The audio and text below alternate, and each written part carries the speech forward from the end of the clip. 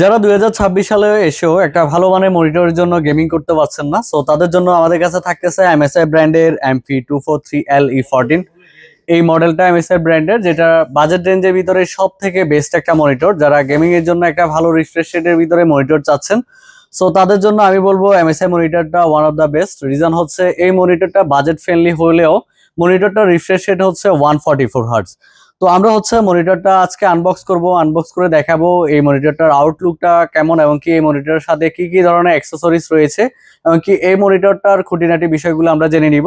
So কথা না বাড়িয়ে আমরা মনিটরটা প্রথমে আনবক্স করে নিই। আনবক্স করার পরে আমরা দেখি মনিটরের সাথে আসলে কি কি আসে।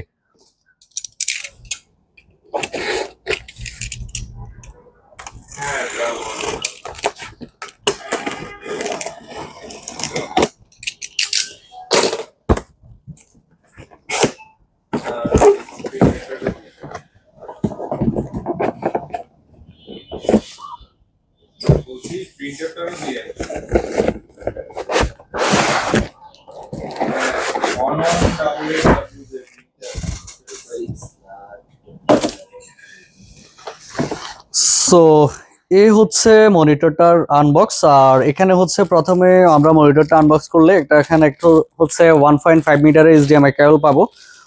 কেবলটা কিন্তু খুবই ভালো মানের একটা কেবল। আর দেন হচ্ছে এখানে একটা MSI ব্র্যান্ডের ইউজার ম্যানুয়াল গাইড থাকবে। আর তার পাশাপাশি এখানে একটা কেবল ম্যানেজমেন্টের জন্য ছোট্ট ক্যাপ দেয়া আছে। আর এখানে থাকতেছে হচ্ছে মনিটরটার স্ট্যান্ডের জন্য, দেন হচ্ছে দুইটা প্লাস্টিক বডির স্ট্যান্ড। তার পাশাপাশি এখানে রয়েছে হচ্ছে একটা অ্যাডাপ্টার মনিটরটাকে পাওয়ার দেওয়ার জন্য।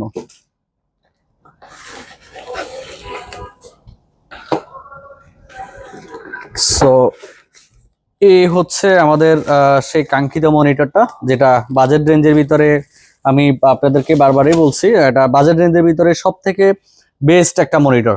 রিজন হচ্ছে মার্কেটে এই মনিটরটা যে প্রাইস রেঞ্জে আপনাদেরকে দিচ্ছে, এই প্রাইস রেঞ্জে আপনারা 144 হার্জের ডিসপ্লে রিফ্রেশ রেট দিয়ে অন্য কোনো মনিটর পাচ্ছেন না।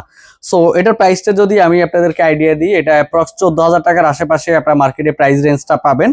আর এই মনিটরটাতে কানেক্টিভিটি পোর্ট হিসেবে কি কি পোর্টস গুলো দিয়ে আছে, যেহেতু রিফ্রেশ রেট 144 হার্টজ, তো সেই ক্ষেত্রে আপনারা এখানে কানেক্টিভিটি পোর্ট হিসেবে হচ্ছে একটা HDMI পোর্ট পাবেন, একটা BGI পোর্ট পাবেন, আর হচ্ছে একটা পাওয়ার জ্যাক পাবেন।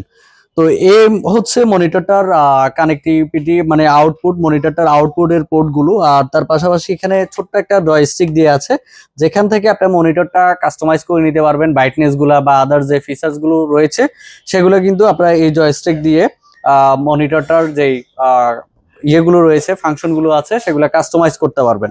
তার পাশাপাশি এখানে কিন্তু বেসা মাউন্টের হুক দিয়ে আছে। আপনারা যারা মনিটরটা মাউন্ট করে রাখতে চাচ্ছেন, সো তারা কিন্তু অনায়াসে মনিটরটা মাউন্ট করে রাখতে পারবেন। আর তাছাড়া তাদের হচ্ছে মনিটরটার একদম উপরের দিকে কিন্তু MSI এর খুব সুন্দর এবং কি ইউনিক একটা লোগো দেয়া আছে। সো এই ছিল মনিটরটার ব্যাক সাইডের অ্যান্টি। আর ফ্রন্ট প্যানেল সাইডে হচ্ছে জাস্ট বরাবরই সব মনিটরের ক্ষেত্রেই তাদের ব্র্যান্ডিং গুলো একদম মিডল সাইডেই থাকে।